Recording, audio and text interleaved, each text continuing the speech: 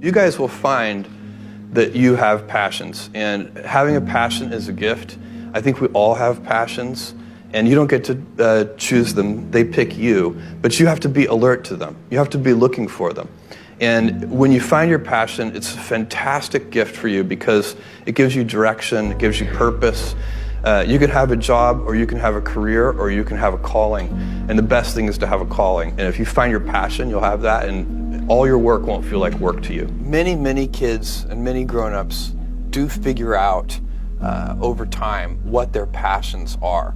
And sometimes we let I don't think it's that hard. I think what happens though sometimes is that we let our intellectual selves overrule those passions. And so that's what needs to be guarded against. My job, one of my jobs as the leader of Amazon, is to encourage people to be bold. And people love to focus on things that aren't yet working. And that's good, it's human nature. That kind of divine discontent can be very helpful. But it's incredibly hard to get people to take bold bets. And you need to encourage that. And if you're gonna take bold bets, they're gonna be experiments. And if they're experiments, you don't know ahead of time whether they're gonna work.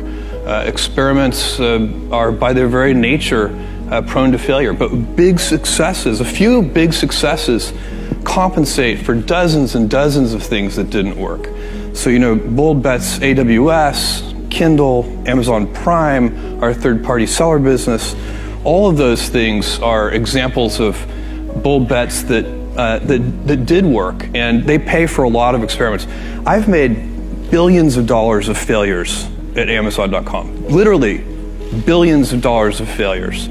And, you might remember Pets.com or Cosmo, or give myself a root canal with no anesthesia very easily. None of those things are fun, but they don't matter. What really matters is companies that don't continue to experiment, companies that don't embrace failure. They eventually get in a desperate position where the only thing they can do is make a kind of Hail Mary bet at the very end of their corporate existence. Whereas companies that are,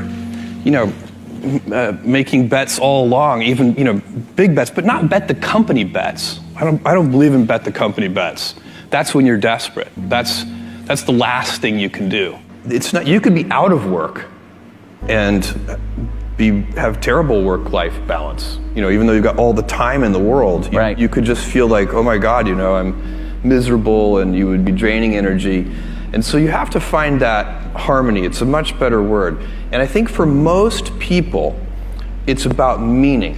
People want to know that they're doing something interesting and useful. And for us, because of the challenges that we have chosen for ourselves, we get to work in the future, and it's super fun to work in the future for the right kind of person. You need to be nimble and robust. So you need to be able to take a punch, and you also need to be quick and innovative and doing new things at a high speed. That's the best defense against the future. And you have to always be leaning into the future. If you're leaning away from the future is going to win every time. Never, ever, ever lean away from the future. We all have adversity in our lives. I doubt if you really, if you know somebody, any friend or anybody that you talk to, there's no lack of adversity. And by the way, that's good, because it's what teaches us how to get back up. You fall down, you get back up. It always happens.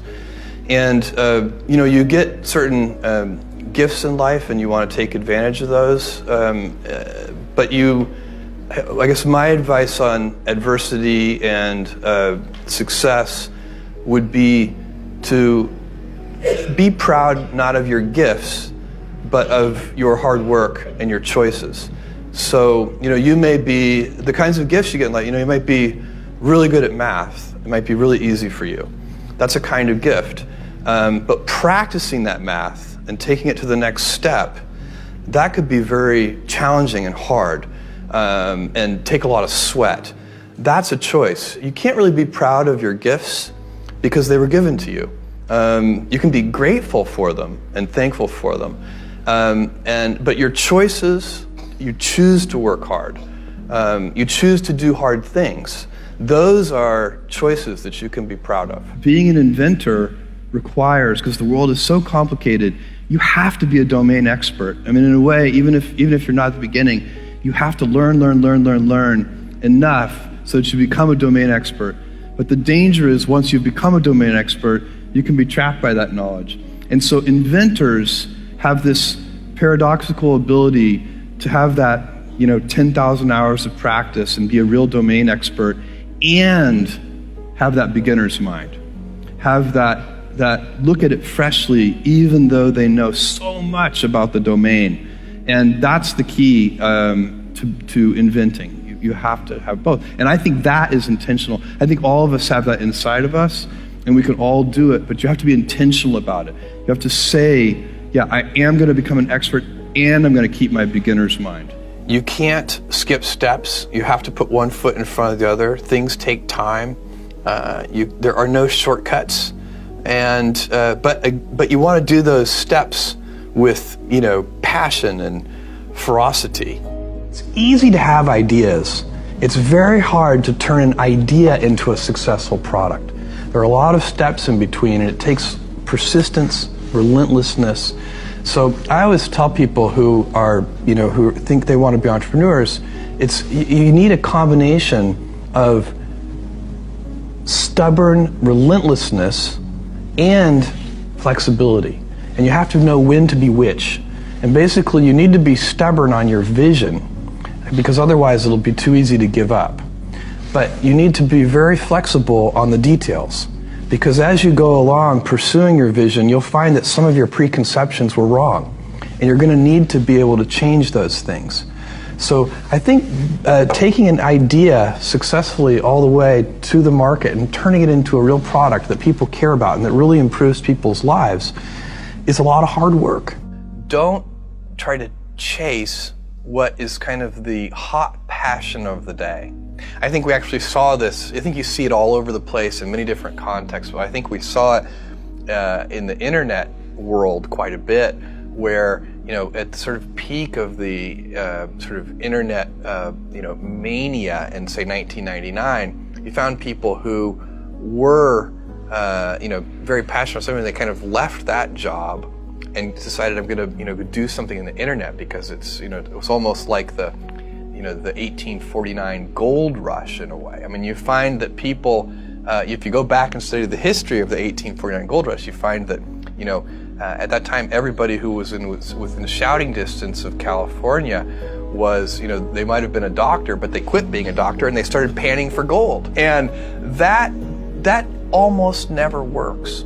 And even if it does work, according to some metric, financial success or whatever it might be, I suspect it leaves you ultimately unsatisfied. So you really need to be very clear with yourself.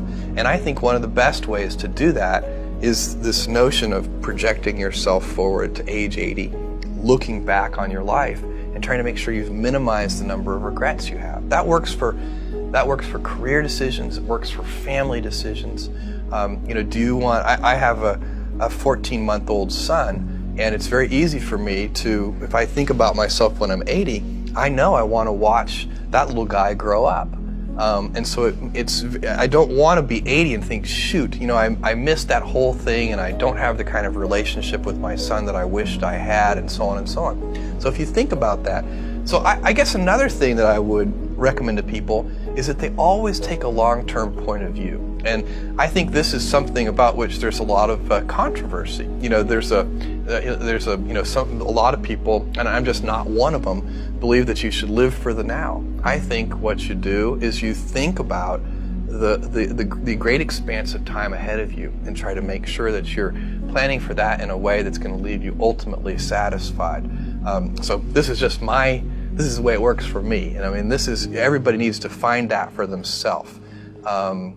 So I think there are a lot of paths to satisfaction, and you need to find one that works for you.